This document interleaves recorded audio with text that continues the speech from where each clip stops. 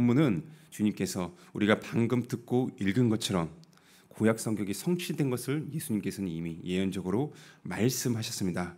그중에 대표적으로 예수님을 따랐던 수지작적인 베드로가 힘있게 주님, 나는 다른 사람들 다 버릴지도 주님 따를 거예요. 본문에 기록된 것처럼 우리가 너무나 잘 아는 것처럼 베드로는 내가 죽을지언정 예수님을 따라가겠습니다 라고 자신 있게 외쳤습니다. 하지만은 우리가 나중에 이제 살펴볼 것처럼 베드로는 그렇게 자신만만하던 베드로는 예수님을 모른다는 듯이 마치 그렇게 부인을 합니다. 근데 그것도 한 번이 아닙니다. 주님의 말씀대로 3번씩이나 우리 주 예수님을 부인하는 그 사실을 오늘 본문은 그렇게 얘기를 하고 있습니다. 베드로의 부인, 사실 베드로뿐만 아니라 모든 육체를 가진 사람들이라면은 어려움을 만났을 때 부인하게 되는 것을 우리는 내 자신부터 경험하게 됩니다. 이럴 때 우리는 나는 베드로처럼 예수님을 대놓고 부인하지 않았어요. 나 예수님 몰라요. 예수님을 저주한 적이 없어요. 그렇게 얘기할지도 모릅니다. 우리 중에 그런 사람은 아마 없을 거예요. 하지만 우리의 생각이나 우리의 삶에서 마치 하나님을 믿지 않는 것처럼 나는 하나님을 모른다는 것처럼 그렇게 삶을 살지 않았는지 우리는 말씀 위치요. 우리 자신은 먼저 돌아봐야 됩니다.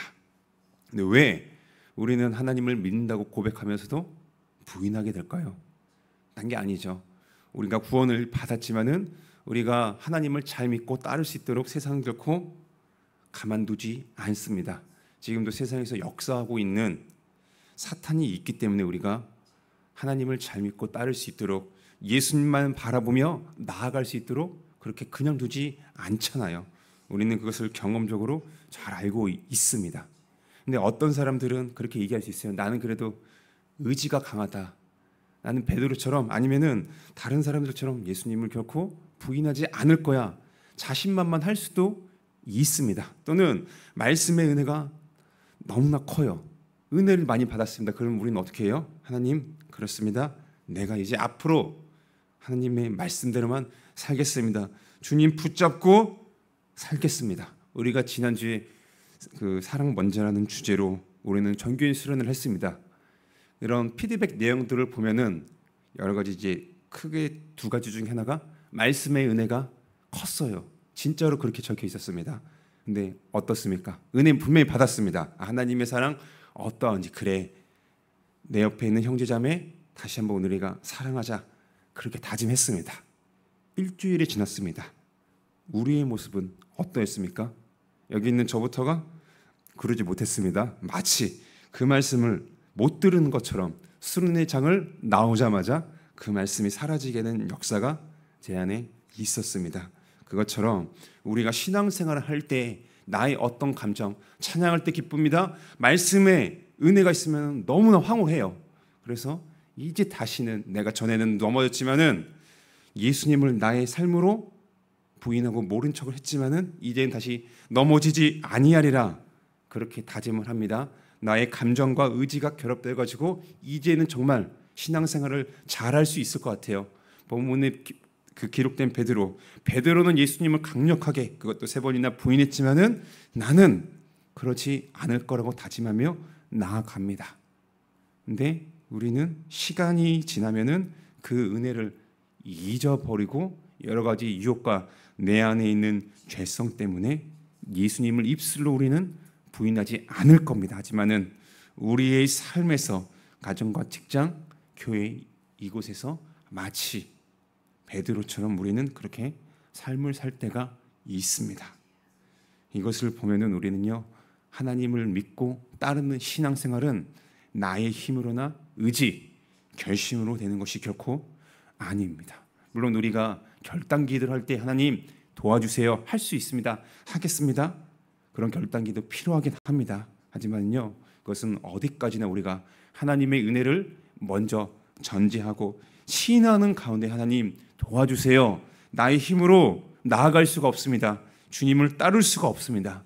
이것이 먼저 전제된 상태에서 우리는 그렇게 결단을 해야지, 내가 하나님 없이 은혜 받았으니까 나는 의지가 강한 사람이니까 끈기가 넘쳐나는 사람이니까 그렇게 내가 할 수 있다.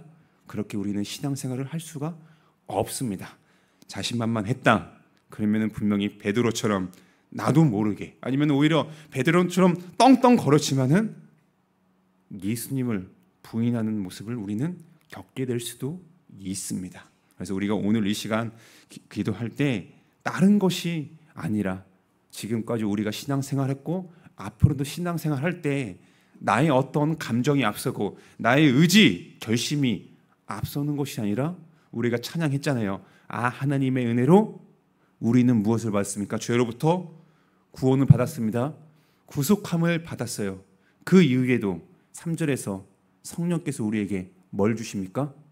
구원의 은혜뿐만 아니라 감동도 허락하여 주십니다. 우리가 말씀을 듣고 은혜를 받을 때 그저 사람이 말을 잘했기 때문에 그게 아니에요.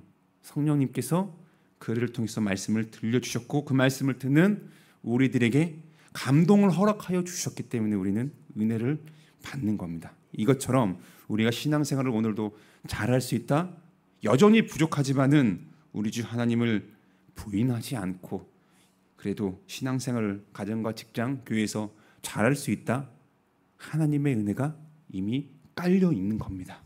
성령께서 그렇게 지금도 함께 지금까지 인도하여 주셨고 지금도 함께 하시는 성령께서 앞으로도 우리를 도와주시고 이끌어 주셔야 우리는요 베드로처럼 교만하지 않을 뿐만 아니라 신앙생활할 때 여러 가지 유혹을 받지만은 우리는 그래도 주님을 부인하지 않고 입술로나 우리의 삶으로 부인하지 않고 그렇게 나아갈 수가 있습니다. 그래서 우리가 기도할 때 하나님 여전히 우리는 부족합니다. 나 혼자 스스로 신앙생활 할 수 없고 우리는 입술로 또는 생각과 마음으로 범죄하며 하나님을 부인할 때가 분명히 있습니다. 그럴 때 우리의 부족함을 솔직하게 하나님께 아뢰시다. 아뢰일 뿐만 아니라 지금도 은혜를 베풀어 주신 하나님을 기억합시다. 그럴 때 우리는요 나를 바라보지 않고 우리의 소망이신 하나님 바라보며 오늘도 그렇게 나아갈 수가 있습니다. 이것을 기억하면서 함께 우리 선장이신 우리의 앞길을 먼저 가신 하나님께 감사하며 나아가는 오늘 사는 우리 사랑하는 한강 식구들이 되기를 주님의 이름으로 축원합니다.